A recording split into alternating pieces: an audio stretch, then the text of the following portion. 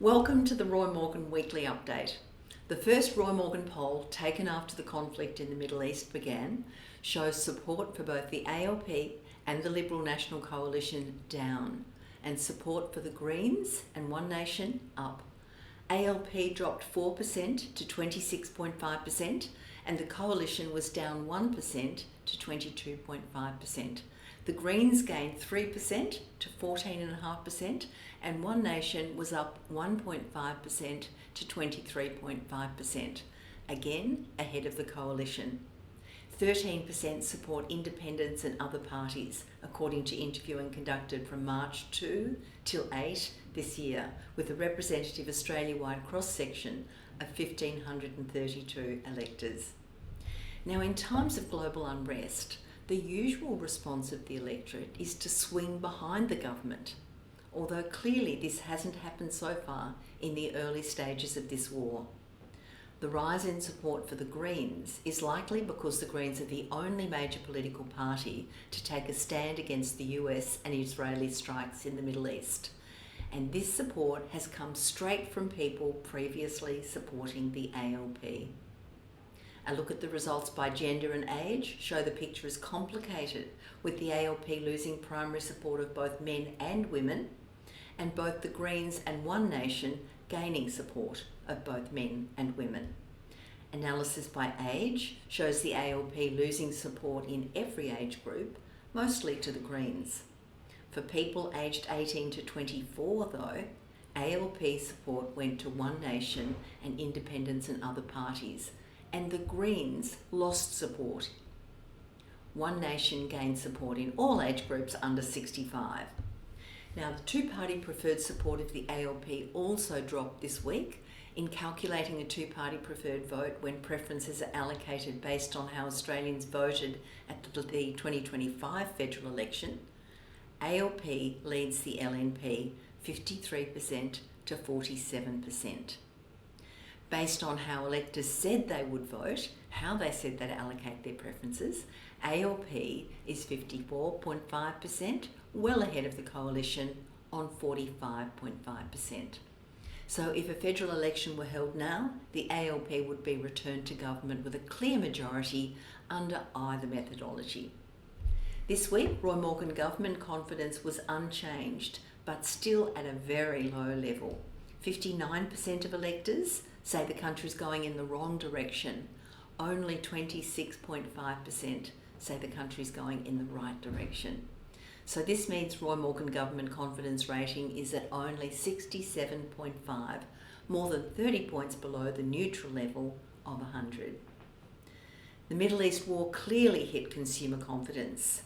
ANZ Roy Morgan consumer confidence fell to 73.4. That's the lowest for the index since July 2023.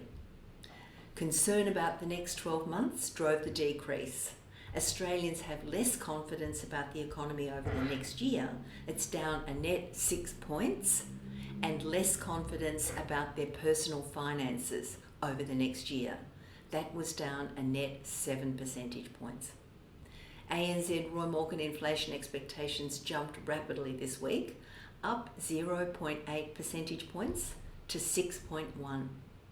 This means Australians expect inflation of 6.1% in each of the next 2 years.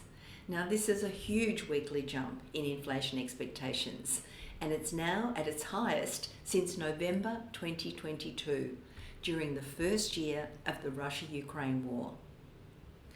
The latest Roy Morgan estimates show mortgage stress down 0.6% in January to 23.9%, that is, of Australians with a mortgage. That's an estimated 1.18 million Australians. Mortgage stress has proven sensitive to interest rate decisions and declined by 4% following the Reserve Bank's decision to cut interest rates last year in August. So this is the lowest level of mortgage stress we've seen for 3 years. However, as we know, the Reserve Bank has now decided to raise interest rates and did so recently in February. If the Reserve Bank decide to raise rates again in March by, say, 0.25%, Roy Morgan forecasts that mortgage stress will jump to 28.9% by April. That's higher than it was in August. Last week, Roy Morgan released the latest quarterly survey results on Australia's most trusted and distrusted brands for the year to December 2025. And for a 9th straight quarter, Bunnings is Australia's most trusted brand. Bunnings is followed by Aldi and Kmart, second and third place. The improvers in the latest quarter were led by the banks, with the Commonwealth Bank up 1 spot to 4th, its highest ever result. Westpac up 1 place to 13th, NAB up 2 spots to 17th, and ING up 1 spot to 19th, and ANZ up 3 places to 29th. Discount department store retailers Big W and Target also improved.